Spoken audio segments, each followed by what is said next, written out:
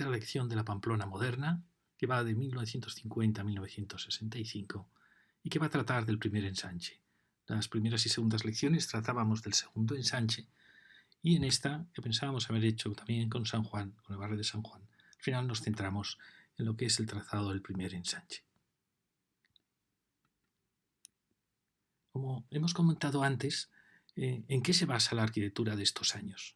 La arquitectura de estos años va a ir suponiendo un cambio gradual respecto a la gran arquitectura que se había hecho, como hemos visto en las lecciones anteriores, desde los años 30 hasta los años 50. Y es que España partía de una base cultural espléndida. La época de Alfonso XIII se le conoce como la Edad de Plata, por el auge cultural en literatura, en poesía, en pintura, en escultura, en arte y en arquitectura también. Al final del reinado de Alfonso XIII, la arquitectura que se está planteando, en el caso de Madrid, se había hecho la Gran Vía, que es considerada quizá la vía más hermosa, la avenida más hermosa del mundo en cuanto a su arquitectura. Y no lo digo exagerando.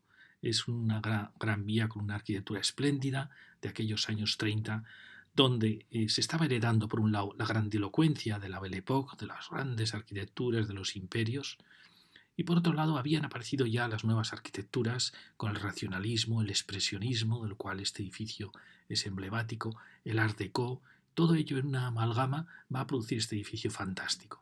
Es considerado quizá uno de los primeros edificios claramente ya modernos de Madrid y a la vez es considerado uno de los edificios más hermosos de aquellos años 30 en Europa. Pues bien, sobre esta base existía además otra base, otra corriente, que es la que juntas van a definir la arquitectura española de los años 30 y 40, que van a ser la base de lo que hoy vamos a hablar. Era la línea tradicional, la línea clasicista, pero era una línea clasicista que ya no se basaba en la arquitectura de la Beaux-Arts francés ni de la Belle Époque. Era una arquitectura clasicista muy moderna, en el sentido de que estaba despojada de toda ornamentación, en el sentido de que era muy moderna en cuanto al ritmo, muy moderna en cuanto a la escala. Es decir, hablaba ya de un mundo moderno, pero que pretendía crear una sociedad clásica. Por eso es la arquitectura que va a tomar el nazismo, la va a tomar también el fascismo, también el comunismo y también en parte el capitalismo, con su teoría de la New Age que hizo Roosevelt, promoviendo las obras públicas, es decir, es una arquitectura que está muy de moda en aquellos años en Europa como una reacción frente a las exageraciones de lo que había sido la Belle Époque. Pues la suma de estos dos corrientes van a producir la arquitectura española de esos años posteriores a la guerra de España. En esta pintura, de la pintura llamada pintura metafísica de Giorgio de Chirico, se expresa muy bien la base con la que se va a iniciar esa arquitectura española de posguerra. Es una base, como veis, clásica, a la vez es muy moderna, a la vez tiene mucho de la abstracción, donde el hombre ya no está representado con sus rasgos, sino como un maniquí, habla mucho de la época postindustrial, habla mucho de esos imperios, en cierta manera fascistas o nazis o en cierta manera tradicionales que iban a dominar en parte esa Europa anterior a la Segunda Guerra Mundial. Después de la Segunda Guerra Mundial, España queda aislada totalmente. Quieren los aliados rendirla por hambre, pero España va a tener el apoyo de los países árabes y también de gran parte de Hispanoamérica. Eso va a hacer que la arquitectura española se separe radicalmente de la arquitectura de Occidente y que inicie un camino propio. Sus bases, como digo, eran este es otro fotógrafo llamado metafísico, Herbert Lees. Sus bases eran la vuelta a un clasicismo, pero a un clasicismo absolutamente moderno. Como veis, está la presencia del paisaje, la presencia de una luz, en cierta manera, detenida, de un aire de eternidad, unos personajes que no miran al fotógrafo, que dan la espalda, como esos maniquís de Giorgio de Chirico. Esta base, en cierta manera, surrealista, metafísica, va a ser la que genere gran parte de la arquitectura española de posguerra. Y va a estar en la base de la arquitectura que hoy vamos a ver. Porque esta arquitectura de los ya 50 y 60, que va a ser una arquitectura mucho más alegre, mucho más abierta, donde ya busca el sol con sus terrazas, con sus grandes ventanas, va a tener siempre una base enigmática, misteriosa, una base mediterránea, incluso podríamos decir norafricana, que no perderá ese surrealismo, ese clasicismo que hemos visto en las pinturas de Chirico. Pues bien, En Pamplona, ¿qué base teníamos? Estos edificios los vimos en las lecciones anteriores, que eran los años 30-50. Tenemos, como veis, la base de un poderoso racionalismo que crea estos edificios magníficos, a la vez bastante clásicos, pero con todo este movimiento ya del movimiento de los estilos modernos. O este otro, también un edificio fantástico, con estas proas herederas un poco del Art Deco, del expresionismo, proas que hablan mucho de la guerra. Estos edificios se están construyendo en parte durante la Guerra Mundial, pero como veis ya tienen la ventana amplia, la ventana rasgada, la horizontalidad. Aún no aparecen las terrazas claramente en ellos como elemento de disfrute. Eso va a aparecer precisamente en estos años que vamos a tratar. Estos, como veis, son edificios magníficos que tienen muchísimo de ese expresionismo y de ese racionalismo del movimiento moderno con las grandes ventanas, pero que en este caso se han mezclado con un clasicismo. Como veis, todo el edificio parece un entablamento de un templo griego. O también tenemos la corriente, en parte influida por en la época de Primo de Rivera, por un regionalismo que quiso volver a las esencias hispanas, una arquitectura que sigue teniendo mucho de la Belle Époque, de esos grandes hoteles de la Belle Époque, con sus molduras, sus adornos, pero que ya empieza a ser moderna, como veis en los huecos, pero que en este caso tiene una composición, como veis, clásica y que está coronado por una galería neorrenacentista. Y fijaros que me gusta poneros la comparación, luego lo vamos a ver con el edificio que está al lado. Y también tenemos la corriente absolutamente de ese clasicismo moderno, que es la que va a definir, por ejemplo, la Plaza de los Caídos, ¿no? Con edificios muy austeros, muy serios, que hablan mucho de esa búsqueda de un mundo clásico nuevo. O como este, por ejemplo, que también es un maravilloso edificio con una columnata impresionante impresa en la fachada, pero que tiene sin duda ya mucho del mundo moderno en su horizontalidad, pero que ha mantenido la escala, la gran escala de ese mundo cosmopolita que hemos hablado. Esto en parte en los años que estamos tratando se va a ir perdiendo. En el mundo americano la pintura tiene una nueva frescura, se está basando ya en los cómics, se basa en la realidad.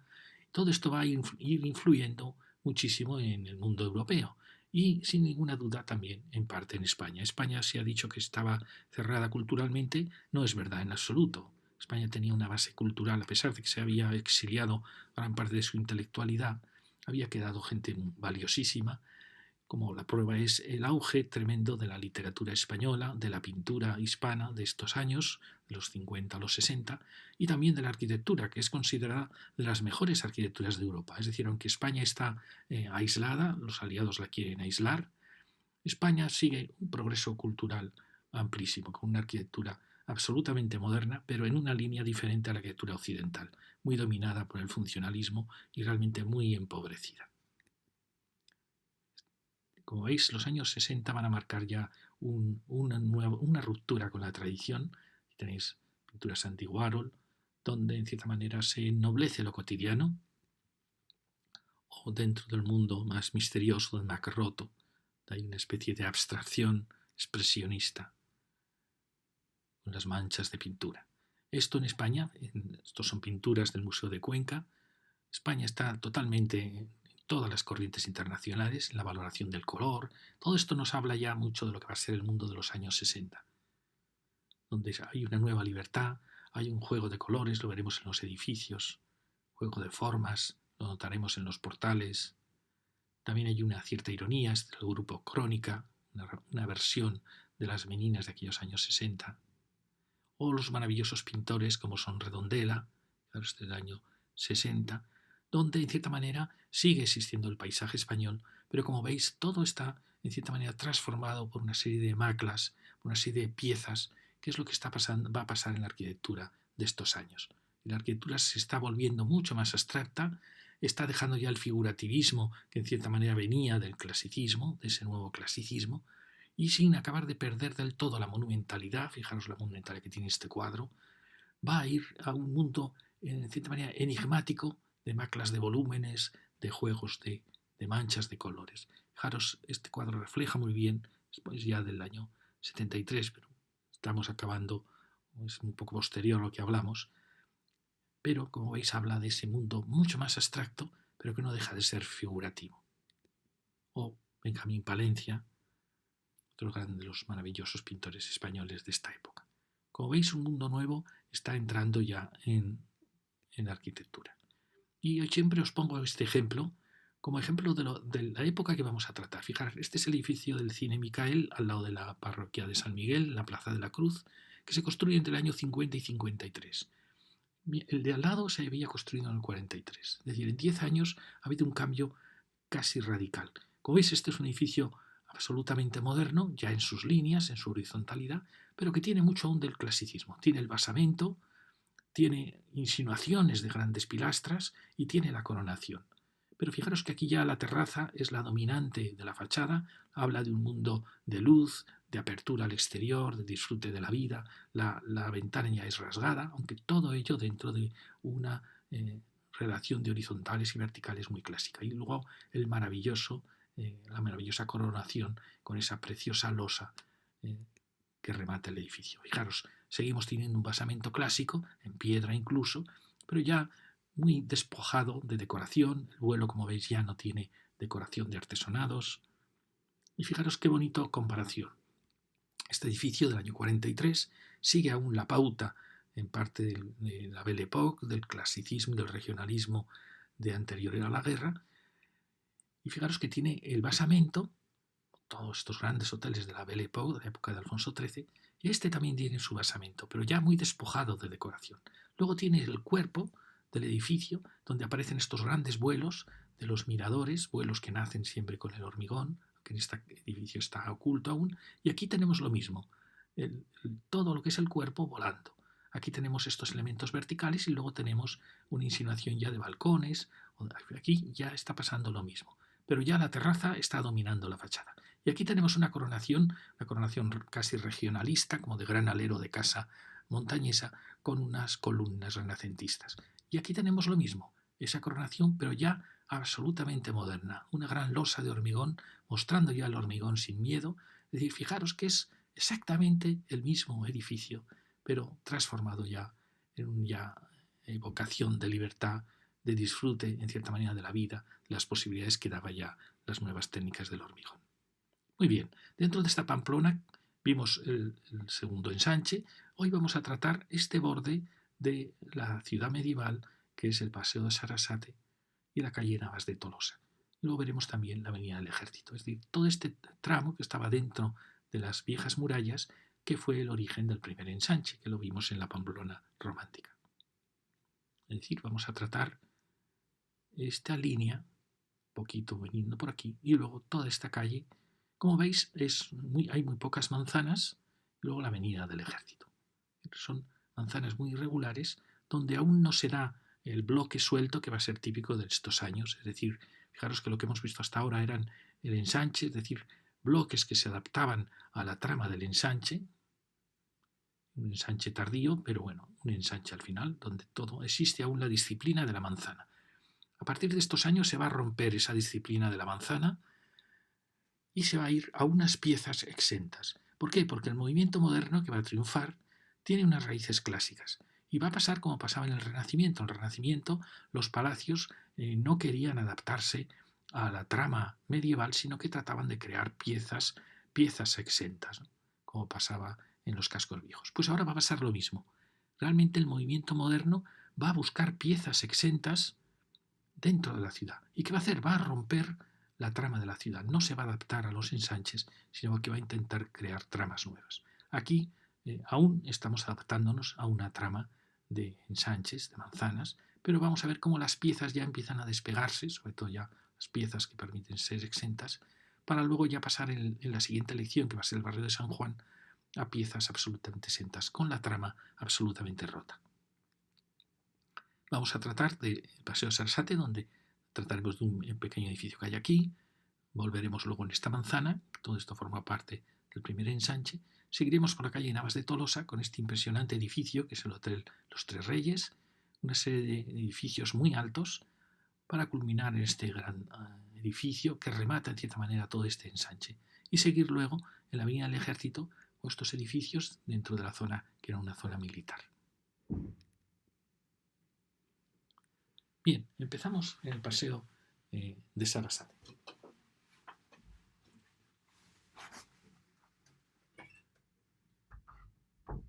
El paseo de Sarasate es un paseo que nace en el barroco, en el borde de la muralla, pero ya es un paseo burgués. En él va a haber una serie de actuaciones que se consideran muy dañinas para la escala del paseo, sin ninguna duda, pero que reflejan muy bien esta época.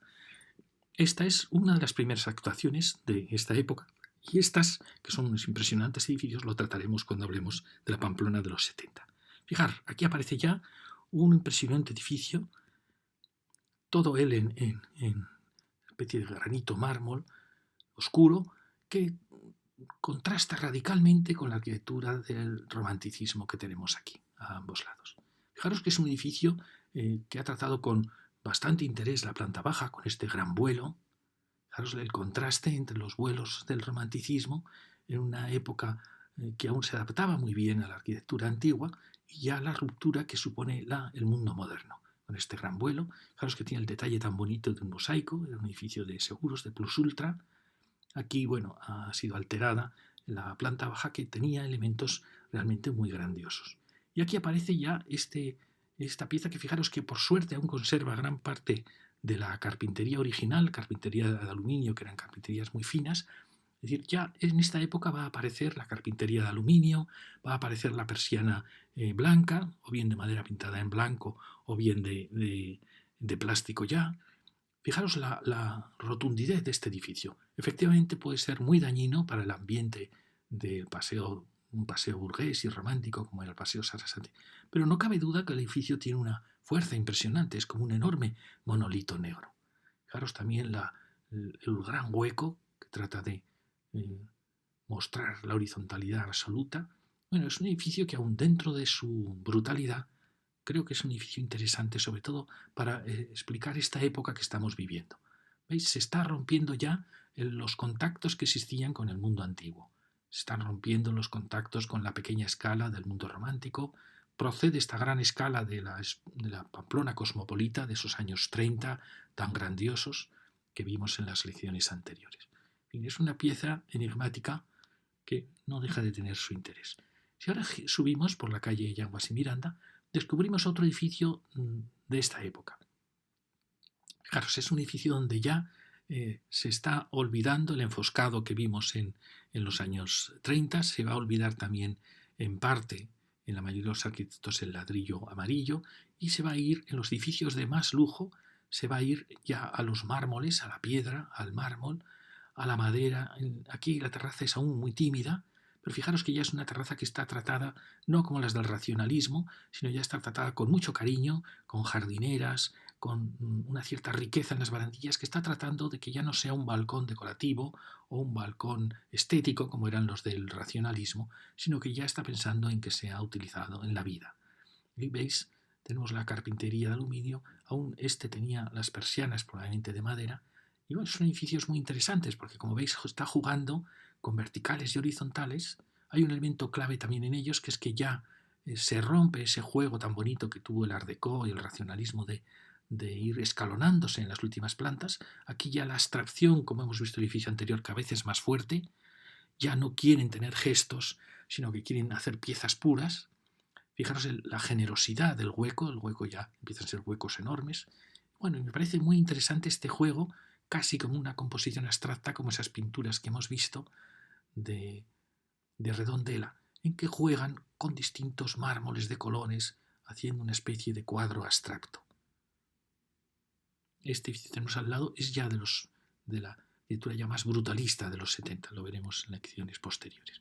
Fijaros, este tuvo una actuación de una planta baja muy pura y es muy bonito porque muestra la estructura, muestra el contraste entre este elemento casi de mármol. Fijaros qué bonita entrada clásica al edificio. Bueno, aquí tenéis el hueco. Fijaros que en estos huecos, aunque en algún caso se usa la simetría, se tiende ya a jugar a la asimetría. Fijaros con la gran persiana a un lado y la persiana estrecha al otro lado. Son edificios que están jugando ya mucho a la asimetría. Es decir, es ya una revolución dentro de la arquitectura tan clásica que se hacía. Hoy son edificios interesantes. Sin ninguna duda la terraza es demasiado pequeña, es casi un gesto, y podía haber sido mucho más amplia. También se podría haber relacionado por ese lateral con el espacio del salón. Bueno, podría haber aún más elementos que enriquecieran esta fachada. Fijaros que la tenemos.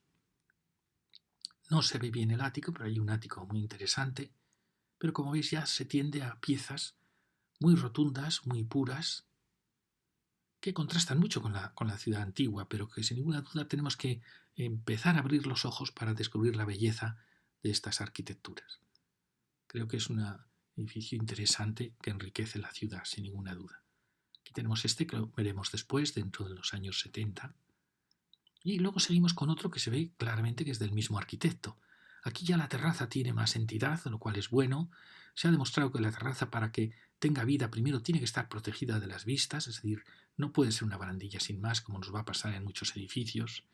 Tiene que ya tener sus elementos de protección, como pueden ser las jardineras, el vidrio, y luego tiene que estar arropada, en cierta manera, por los muros de la casa. Y luego detrás, al fondo, tiene que tener un gran hueco, porque si tiene un muro, pues la terraza queda desligada de la vida de la casa. Fijaros que aquí sigue esta secuencia tan bonita de usar un travertino español con un mármol blanco, una piedra blanca.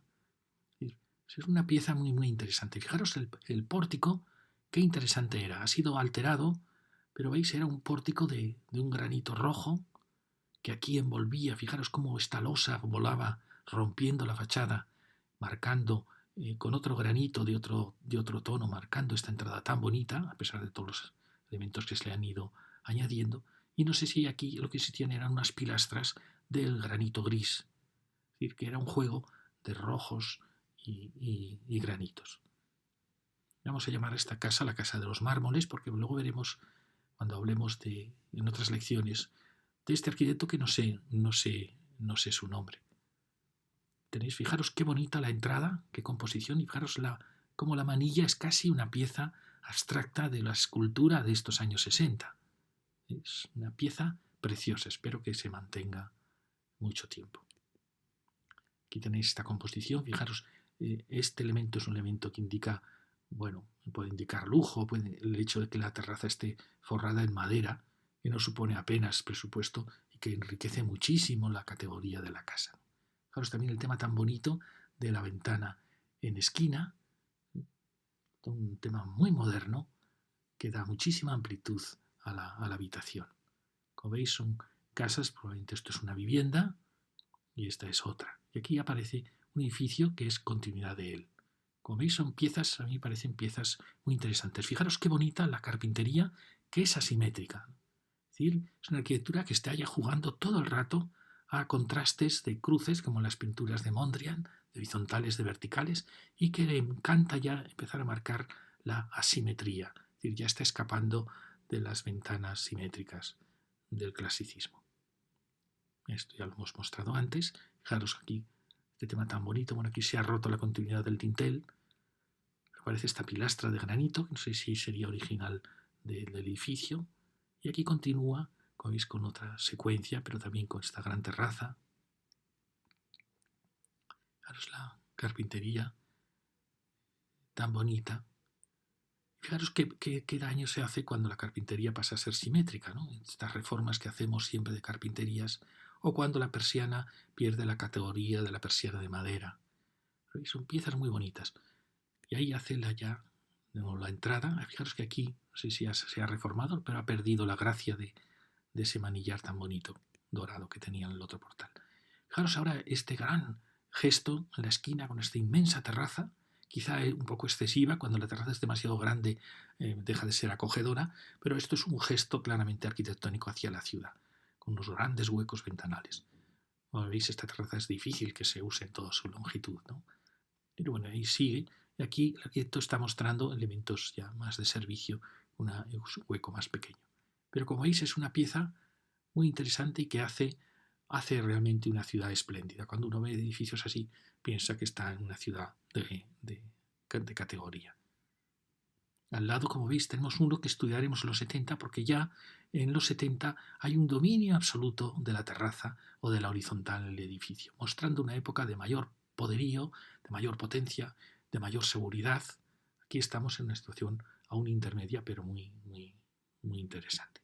¿Veis? Aquí estos los trataremos en los 70. Porque a veces, aunque se mezclan a veces las fechas, hay arquitectos que siguen construyendo así en los 70, hay algunos que ya pasa al revés, ya en los 60 empieza ya esta arquitectura. Bueno, vamos a diferenciar para aclarar más las cosas. Bueno, esta era la manzana que hemos visto, con el gran edificio negro, que era este, como veis, dentro de donde solo quedaba ya de arquitectura romántica y este lo acaban de derribar. Aquí este gran edificio que os digo de los 70 y esta pieza, como veis, junto con esta, es decir, que es una manzana ya dominada por los 60 y los 70. Y ahora enfilamos la calle Navas de Tolosa, donde aparece un edificio fantástico. Un edificio, por desgracia, ha sido transformado y ha perdido gran parte de la elegancia que tenía, aunque bueno, la transformación ha sido interesante también. Pero un edificio que flanquea esta gran avenida que se construyó con gran crítica de la población y con razón, porque era donde llegaba el Parque de la Taconera, el bosquecillo, llegaba y enlazaba con el Paseo de Sarasate. Es decir, había una continuidad de espacios verdes desde el barroco entre la ciudad y la muralla. Pues bien, el ayuntamiento, probablemente pensando que a Pamplona era bueno que tuviera un gran hotel, tenía ya un gran hotel en la Plaza del Castillo, otro gran hotel en la Avenida Zaragoza, pero pensó, les cedió, en cierta manera no sé cómo fue el compromiso, para construir un gran hotel en este punto tan emblemático, porque es una de las puertas de la ciudad. Fue muy criticada porque efectivamente rompió la continuidad de los jardines. Por fortuna el edificio fue un edificio interesante, este está ya reformado, entonces, pero aún así vemos la belleza que tenía con esa tremenda articulación de la cubierta, con este elemento de contraste, en fin, aquí ya no se entiende tan bien, pero como veis tenía un gran zócalo, es el típico edificio, es un edificio del año 63, del arquitecto Miguel Gortari y Luis Felipe Gaztelu. Fue un gran hotel y lo veremos ahora. Como veis, tenía una maravillosa entrada en vuelo, es un edificio fascinante. Quizá reflejaba muy bien lo que eran estos años 60 ya en Pamplona. Es un arquitecto que vimos en la iglesia de San Francisco Javier, vimos cómo le gustaba la escultura en las fachadas, lo vimos en la lección anterior. Pues tiene aquí toda la serie de salones, fijaros siempre el uso de mármoles en los edificios de categoría de estos años, lo cual indica ya es estupendo, son materiales que son permanentes, ¿no? Fijaros qué bonita la pieza de servicio. Y fijaros ya a la entrada de la ciudad, donde tenía un elemento con su piscina, elementos de atención. Bueno, como digo, la reforma ha alterado muchísimo el carácter del edificio, que es una reforma, como digo, interesante, que bueno, sigue siendo, pero ha perdido el contraste tan bonito que tenía. Lo vamos a ver ahora en las fotografías. Aquí también se ha planteado, al final se ganó espacio para las habitaciones, pero se perdió la arquitectura. Fijaros cómo era. ¿Veis qué diferencia? Este expresa muy bien esos años, ¿no? Las grandes terrazas, ese tono tan bonito, rojo, al fondo, la preciosa articulación de la cubierta, esto es muy típico en los grandes edificios de estos años, el zócalo con el gran vuelo, al estar en mitad de los jardines, todo este monumento estaba incorporado casi a él. Fijaros este contraste, la pieza ciega y el giro que hace el edificio con las nuevas habitaciones que dan hacia aquí. Bueno, como veis, era un edificio fascinante. La prueba era que las empresas de postales de las ciudades se fijaban en él, como un símbolo de que Pamplona había entrado en la modernidad, y era una modernidad realmente espléndida. Es cierto que en Pamplona va a haber edificios muy valiosos, lo hemos visto en las lecciones anteriores, ¿no?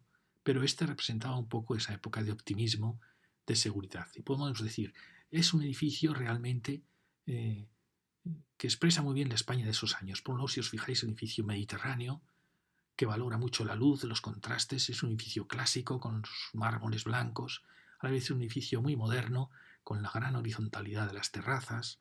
Es una mezcla de clasicismo y movimiento moderno que no se dio en el resto de los países de Occidente, que quedaron dominados en cierta manera o por Estados Unidos o por Rusia. Entonces pierden este clasicismo, esta elegancia que España mantuvo. Fijaros qué fantástica. ¿Veis? Aquí se ve muy bien cómo contrastaba este elemento, con sus grandes mástiles, contrastaba con la horizontal. Bueno, un edificio realmente fantástico. Tendría que ser monumento, declarado monumento del patrimonio navarros sin ninguna duda. Fijaros que nos habla ya de un mundo casi, de un mundo de lujo, de un mundo de... Fijaros qué lujo podía haber en esa España de esos años, ¿no? Pero está hablando ya... Fijaros, también tiene mucho que ver con el mundo hispanoamericano, el mundo del disfrute de la vida, de los grandes hoteles, espacios, los grandes jardines, las piscinas. Algo que el mundo americano va a ir tomándolo en parte, como dije en la tradición, del mundo español, porque el mundo americano va a ser muy influido en estos años por lo que se llamó la arquitectura misión o la influencia de las casas misión del sur de Estados Unidos, que había sido muy español. Entonces de ahí toman la casa con su jardín, de ahí toman la casa horizontal, la casa con su piscina, y eso va a acabar llegando a España, es decir, un movimiento de vuelta. Bien, y ahora seguimos y fijaros, en esta calle encontramos un edificio, es natural, la gente puede decir, bueno, estos edificios destrozaron realmente la silueta de la ciudad romántica, efectivamente, así fue. Pero claro, hubo una ordenanza en que se pensó, yo creo que no hay que pensar a veces que todo es especulación, sino que se pensó que para ser una gran ciudad había que tener más alturas, más densidad, y en parte era cierto. Entonces permitieron, como veis, subir pues 4 pisos más realmente en los edificios, y eso rompió totalmente la silueta. Ellos pensaban que todos los edificios iban a ser sustituidos, ¿no?, para crear una silueta nueva de gran ciudad. Realmente no fue así. Entonces han surgido estos gravísimos problemas. En otras ciudades, ¿qué han hecho? Pues dos opciones: o permitir que estos eleven las alturas hasta tapar las medianeras, o bien en otras ciudades lo que han hecho ha sido que estos, en cierta manera, a partir de esta cornisa, se reformen tratando sus medianeras como un edificio que vuelve y que gira y que puede abrir huecos. Es decir, hay varias soluciones para resolver este problema. Otra solución más drástica sería derribar las plantas que superaron aquella, eso, pero eso es realmente imposible. Pero bueno, fijaros que aquí tenemos un edificio que a mí es uno de los edificios que más me intriga y que me parece más fascinantes de este recorrido. Fijaros, cuando uno lo ve, se da cuenta que en todos sus juegos que tiene de vuelos, de materiales, de detalles en la barandilla de la terraza, está creando una riqueza inmensa en una fachada muy estrecha. Es decir, está haciendo lo mismo que hizo el arquitecto romántico. Este hizo miradores, este jugó con los materiales, este jugó el contraste entre miradores y balcones. Pues este va a hacer exactamente lo mismo. Y fijaros que al final, igualados por la vegetación, no contrastan tanto. Es decir, si este hubiese tenido estas alturas, habría pasado integrado perfectamente en esta ciudad burguesa. Fijaros qué zócalo tan impresionante, de gran altura, eso sí que rompe, habla de una ciudad más cosmopolita, más de negocios que esta, que se había quedado más tímida. Fijaros qué zócalo, todo el tratado con mármol, un zócalo fascinante. Recuerda un poco el edificio negro que vimos en el Paseo Sarasate, el primero que vimos. El hecho de tratar con cariño las plantas bajas para que no puedan descontrolarse, que eso luego veremos que se perderá y que al final los arquitectos dejarán los pilares sin tratamiento y entonces hay un caos absoluto en plantas bajas. Este no, este aún mantiene el orden en la planta baja, en un precioso portal, como veis. Y luego fijaros qué bonita secuencia de un mirador que avanza, fijaros aquí con vidrio único, qué impresionante queda, que deja un recuerdo para la terraza casi anecdótico, pero que insinúa que todo él es una gran terraza. Este detalle es muy bonito, porque él puede pensar que en Pamplona no tiene uso la terraza, como en otros climas, pero la dibuja mostrando esa generosidad del edificio, esa apertura al exterior, y luego la ocupa en parte con una especie de herencia de estos miradores románticos. Me parece un edificio fascinante. Fijaros que incluso luego no acaba con una ventana, que podría ser como más doméstico, sino que continúa con un elemento abierto de abajo arriba. Me parece realmente un edificio fantástico. Tan bonito también el detalle de la barandilla tan trabajada, como veis, con vuelos para las jardineras, luego el mundo vertical del vidrio, luego un nuevo vuelo con el pasamanos. Fijaros también cuál fue la carpintería original, si fue una carpintería asimétrica, con un elemento horizontal. Bueno, esto ha cambiado tanto, habría que ver cuál era la carpintería original. Sin duda sería muy bonita. Bueno, me parece una pieza preciosa, muy bonita. Claro, es que hay un elemento aquí que marca como una moldura, como si el edificio se hubiera subido una planta o quisiera marcar como un final aquí singular. ¿Veis qué pieza tan bonita? También el hecho de que la madera en la parte baja de la terraza pues indica un gran cariño en la resolución de todos los detalles. También aquí tenéis las carpinterías de la entrada, este pequeño vuelo. Bueno, me parece una pieza preciosa. Aquí tenemos otro, un poco más austero, que recuerda mucho un edificio que vamos a ver luego en la Avenida del Ejército, con unos grandes vuelos. Es un edificio, fijaros, también mantiene estos grandes huecos, valora mucho la esquina, pero tiene detalles extraños, por ejemplo, los huecos verticales, cuando aquí podría haber tenido un gran vidrio. Como veis, hay una lucha aún entre elementos clásicos y elementos, como se nota en la puerta, una puerta muy clásica, pero dentro tiene ya un diseño mucho más moderno. Fijaros el gesto de la esquina, tan valiente, donde el edificio se retrasa, como veis, cual puede indicar que todo el edificio, este pilar de la esquina, está apoyando en estas grandes, gigantescas ménsulas, para tener el detalle de liberar la esquina. El hecho de tener menos vidrio, pues lo hace en cierta manera menos, digamos, menos espléndido que el anterior. Como veis, aquí queda mucho aún de ese clasicismo que hemos visto en la lección anterior, ¿no? Con las grandes ventanas enmarcadas por una pieza de mármol. Este edificio logró tomar toda la manzana y llegar hasta el otro extremo. Fijaros, aquí también hay un intento de coronación del edificio, ¿no? De una articulación, como si estas pilastras, como veis, esta insinuación de pilastras se acabasen. Es decir, vuelve a aparecer un cierto clasicismo en el edificio. Y aquí, sin embargo, fijaros que el quiebro de la calle lo resuelve con esquinas. Es algo que va a pasar en estos años.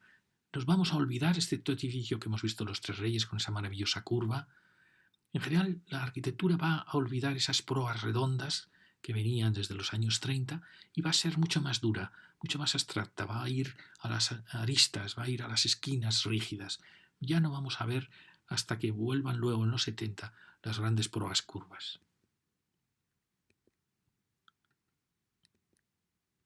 Perdón.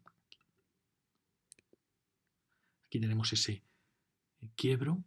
Fijaros que se está huyendo ya de algo, de todo lo que sea romper el cubo, no se quiere. Se está jugando ya siempre con maclas de prismas, como vimos en la pintura esa del paisaje. Aquí tenemos este que hemos visto antes y este gran edificio de la esquina. Como veis, aquí ya están empezando a aparecer grandes piezas donde antes hubo manzanas de la arquitectura burguesa, del romanticismo, empiezan a aparecer piezas gigantescas, que estas ya las veremos en los 70. Y aquí aparece, acabando esta calle, aparece esta impresionante pieza que era de las más altas en ese momento de la ciudad. Fijaros, ya podemos decir que es un rascacielos. Fijaros que es probablemente del mismo arquitecto que hemos llamado de los mármoles, con ese juego continuo de mármoles en rosas y mármoles blancos, esa composición horizontal, vertical, y con estas impresionantes terrazas, que veis, unas fantásticas terrazas, con este detalle que las hace muy acogedoras, con el techo en madera, y quizá a estos edificios les está faltando, lo mismo que las que vimos en la otra zona, les está faltando algún detalle en la coronación. Es decir, hacer que los últimos pisos sean un poco diferentes. Pero en esta época no se quería hacer eso, se quería ser absolutamente rotundo. Se apoyaba la absoluta abstracción. Lo vimos en algún edificio en la calle Olite, ¿recordáis? Que procedían un poco de esa arquitectura clásica italiana, en parte de Mussolini, que era una arquitectura surrealista, que no quería hacer ninguna concesión a la coronación al final. Entonces es un edificio, en cierta manera, muy interesante, que tenéis un zócalo, un gran portón, muy bonito, un zócalo de granito gris, y luego sobre él emerge esta proa. Y como veis, da la impresión que se hubiera sido cortado, ¿no? Es lo que nos extraña en esta arquitectura que es tan espléndida, porque no tenían algún gesto, pero se ve que no querían tener gestos, que era la rotundidad de esta época de la arquitectura, una cierta violencia, ¿no? Aquí tenéis, veis, una arquitectura aún de madera, con las persianas originales aún de madera, este zócalo tan bonito de granito, Es una arquitectura que cuidaba mucho, herencia de la arquitectura clásica, cuidaba mucho los zócalos, que esto luego, como decimos, se perderá. Es curioso la cerámica verde que aparece atrás, muy típico también de estos años, que empieza a jugarse con los colores en las cerámicas. A veces hay edificios que tienen cerámicas con relieve hechas por grandes escultores. Vimos en los de los Tres Reyes las esculturas añadidas. Fijaros qué reforma ha habido del portal, pero que ha sido una reforma muy, muy bonita. Fijaros, los huecos son muy generosos. Son casas grandes, ¿no? Esto probablemente, digamos, esto se puede hacer en viviendas sociales. Realmente sí que se podría hacer, pero no sé por qué los arquitectos renuncian a veces a que una vivienda social tenga esta apariencia de un cierto lujo, ¿no? Y a veces no es un coste excesivo, sí puede ser un coste la piedra en la fachada, pero por ejemplo el hecho de la madera, el hecho de que la barandilla, esto no es un coste excesivo en un edificio y le da un prestigio al edificio enorme, al igual que el tamaño de la ventana. La diferencia entre una ventana pequeña y una grande es mínima. Sin embargo, parece que en la arquitectura económica pues se trata de mostrar que es económica. Es asombroso, lo vamos a ver luego en el barrio de San Juan. Fijaros qué espléndida, ayuda mucho a la vegetación, qué espléndida edificio. Realmente esta es la ciudad de los 60. Esta es la ciudad hispana de los 60, que no la encontramos en el resto de Europa, ni siquiera en la Europa mediterránea, la Francia mediterránea, de Niza, de Cannes, de esas. No aparece una arquitectura tan espléndida, incluso tampoco en la Italia. Y España tuvo un camino propio y realmente los viajeros que venían de Europa o que venían de Estados Unidos se quedaban asombrados de las características tan, por así decir, digamos, lujosas o de tanto prestigio de la arquitectura española. Claro, usábamos mármoles, usaban maderas, usaban ya el vidrio oscurecido y es espléndido. O sea, ¿qué ciudad fue esta ciudad? ¿Qué ciudad podía haber sido si todos los barrios se hubieran hecho con una arquitectura cercana a esta? Entonces es de agradecer a los arquitectos que hicieron estas piezas tan fantásticas. ¿Veis? Esta es la gran pieza. Fijaros que empieza a aparecer, vimos cómo el movimiento moderno apuesta por la crujía estrecha. Ya en los años 30 el clasicismo apostaba por crujías más profundas con patio. Y aquí va a empezar a usarse mucho el bloque con patio interior, que son bloques que frente a la crujía estrecha logran una ciudad muy densa, con sus comercios ocupados, logran una ciudad con menos calles y por lo tanto pueden estar más cuidadas. Este no sabemos si se le dio esa altura superior a los demás por ser el edificio proa o porque él cedió, que a veces puede pasar, que él tuviera una edificabilidad, que era la de la manzana que aquí hubo, y como él cedió esto, como veis, ha cedido estos jardines, pues por eso se le permitió completar la edificabilidad en altura. Pero es una pieza interesante para la entrada a la ciudad. Y ahora, después de haber visto todo este tramo, vamos a partir de aquí, para seguir la avenida del Ejército. Por aquí venía, como veis, la muralla de la ciudad, que había sido derribada para hacer el ensanche. Fijaros cómo ha influido la muralla de la ciudad en la ciudad moderna. Porque aquí va a aparecer el barrio de San Juan, aquí el barrio de Iturrama. Es decir, si Pamplona no pudo tener una gran avenida en los 60, es porque no pudo establecer la continuidad con el ensanche por culpa de la ciudadela y por culpa de las murallas. Es una pena que este ensanche con esta gran avenida no hubiese tenido continuidad y que los nuevos barrios nazcan, por así decir, huérfanos de un enlace con esta arquitectura tan espléndida de los 30 a los 50. Por eso los nuevos barrios nacen siempre rodeando la ciudadela y nacen un poco descolgados de la ciudad y no logran que sus avenidas tengan la vitalidad de una avenida. Por ejemplo, estoy pensando Gran Vía de Zaragoza, la Gran Vía de Logroño, es decir, de grandes avenidas o la avenida de Zaragoza de Valencia, es decir, avenidas o la Castellana de Madrid, avenidas que enlazan con su casco viejo y con los grandes ejes de sus cascos viejos. Pamplona no pudo ser y por eso a estas avenidas les va a faltar un poco la tensión que procede de la vida del centro. Aquí hay una manzana apasionante que no vamos a tratar aquí porque va a ser de las lecciones de la Pamplona de los años 70, donde hay un edificio, como veis, que realmente sí que sería de esta época, que es este. Como veis, sigue usando mármoles, pero con una terraza muy anecdótica, pero Todos estos son ya de los 70. Fijaros el dominio absoluto de la terraza, la seguridad, la potencia. Esas charlas de las 70 lo voy a llamar la Pamplona espléndida, porque realmente es una ciudad espléndida. Pero lo quería mostrar aquí para que lo vierais, porque a partir de aquí salimos con la Avenida del Ejército. Fijaros, nos encontramos un edificio muy, muy singular. Parece un edificio casi pensado para una fotografía de revista, porque es un edificio enigmático. Es un edificio absolutamente ciego, fijaros que es muy ciego, donde el hueco se asoma como sin querer verse de frente, se asoma lateralmente, y quien dijo que era unos ingenieros militares, pero tiene que haber algún arquitecto detrás. Entonces, ¿quién es el que hizo este diseño? Es un típico edificio, fijaros con este balcón tan misterioso, tan típico del surrealismo, este balcón solitario que emerge en el paño, con esas ventanas cuadradas, ese dominio del muro. Al final, el que paga todo esto es el que vive, que no tiene una gran terraza, ni tiene un gran ventanal. Es decir, un edificio pensado casi como una pieza escultórica. Aquí lo tenéis, aquí tenéis piezas que hace el mismo edificio, el mismo arquitecto, que compagina aquí el bloque patio. Fijaros lo estrecha que es esta crujía, el detalle del vuelo, un edificio enigmático. Por un lado fascinante, fijaros qué muro. Por otro lado uno piensa, bueno, pero por Dios, aquí había un paisaje espléndido, había luz, había sol. Es una casa que realmente no tiene al final terrazas, ¿no? Como veis, ¿no? Pero bueno, es un planteamiento curiosísimo. ¿Veis? Es decir, es absolutamente ciego, aparentemente, cuando realmente se abre siempre hacia un lado.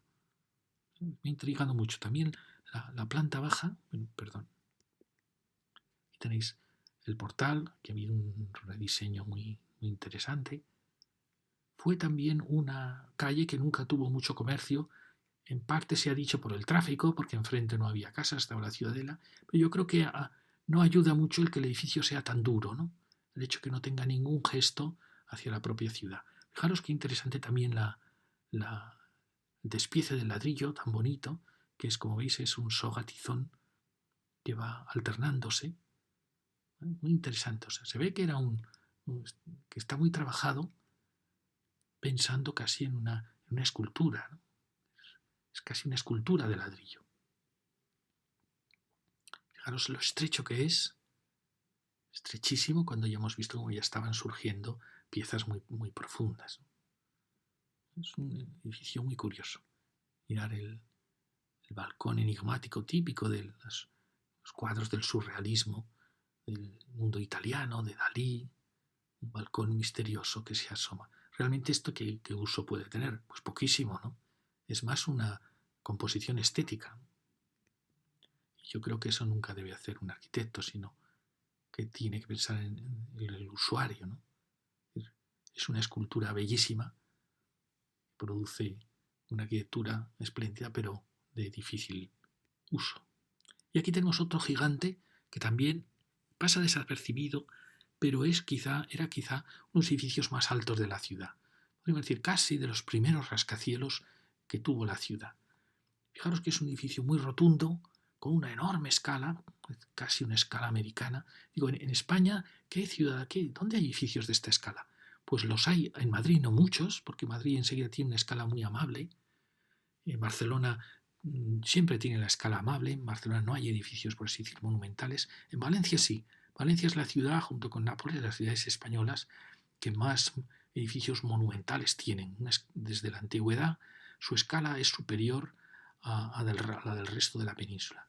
Entonces, en España es difícil encontrar edificios de esta escala tan impresionante. Entonces, sí, es una escala como norteamericana, efectivamente, pero en norteamericano encontramos edificios así. Quizá una escala americana. Y refleja muy bien esos años de progreso, en cierta manera ya de seguridad del país. Pensar que en el año 55 España, que había sido rechazada, al final es incluida en la ONU. En el año 59 ya nos visita Eisenhower, el presidente de Estados Unidos. Es decir, Occidente considera que se ha equivocado con España y echa marcha atrás y le abre los brazos, porque se da cuenta que el enfrentamiento va a ser con el comunismo. Entonces, es una España que empieza a tener una gran seguridad en sí misma que empieza a tener estas grandes escalas, que bueno, quizá esto es un caso singular, ¿no? Porque es un arquitecto que como muy americano en eso, ¿no? Muy rotundo, muy austero, tiene muy poquísimos detalles. Fijaros, comparados con las terrazas que hemos visto, con sus jardineras, su detalle de jugar con el vidrio y el macizo, este es muy austero, un tanto frío también, con grandes terrazas que son también un gran gesto cara a la ciudad. Como veis aquí, se ha retrasado la estructura y el edificio, todo el edificio hasta arriba vuela. Fijaros que aquí, en cambio, las terrazas se ve, no están pensadas para la vida excesivamente, que hay una terraza pequeña y una terraza gigantesca. Es un edificio muy curioso. Fijaros qué monumental es el zócalo, con esta gran entrada clásica, ¿no? También con la piedra en todo este tramo. A veces me recuerda mucho arquitecturas egipcias, arquitecturas de Mesopotamia. Era un arquitecto, creo que es Urmeneta, que construía muy bien, el profesor de construcción. Son edificios que están fantásticos, han pasado los años, quizá excesivamente austero, con muy pocos detalles de cara pensando en las terrazas, en proteger un poco al usuario de la terraza. Como veis, hay un desbordamiento de escala aquí, unos huecos enormes, y en cambio una terraza muy pequeñita. Es una arquitectura muy fuerte, de gran escala, un tanto violenta,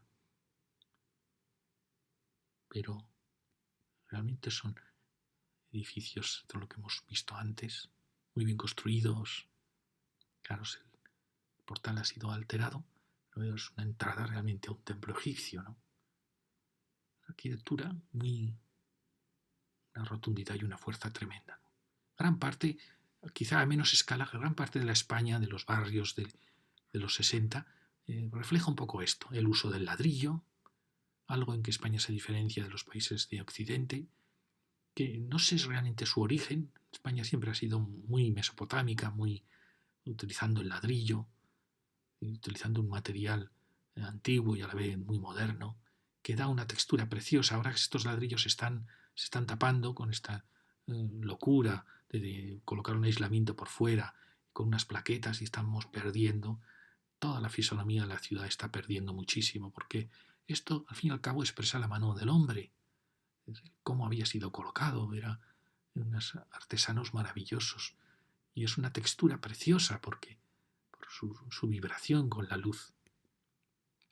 Fijaros el detalle que tiene el edificio, que siendo simétrico en todas estas plantas, de repente sucede que en las últimas plantas cambia la altura, y fijaros que aparece estas gigantescas terrazas en los últimos pisos.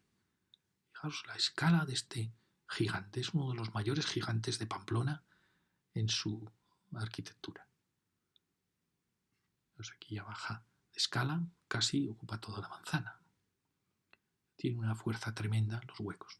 Solo le reprochamos el que no haya tratado las terrazas, quizá pues abriendo aquí que en esta terraza no había por qué mantener aquí estos huecos tan verticales, sino haber abierto con unos grandes paños de vidrio, y ya habría sido un edificio de cierta manera más acogedor. Claro es que aquí hay un detalle, que es que se ha marchado hacia atrás la esquina, pero sin embargo el pilar sigue en la esquina, es decir, es un arquitecto que le gustan los retos tecnológicos. Entonces, yo creo que todo el edificio está apoyándose en ese vuelo. Lo mismo que vimos en ese edificio de la calle anterior, que también tenía un gran vuelo apoyado el pilar apoyaba sobre unas grandes ménsulas de hormigón. Fijaros, esta avenida es una avenida que podría estar dentro de los fotógrafos de los años 50 italianos, del neorrealismo italiano, por estos dos gigantescos edificios tan rotundos, tan violentos. Aquí tenemos este tremendo lienzo, que fijaros tiene más grosor que que era excesivamente delgado, y ya con él acaba la charla. Y muchísimas gracias.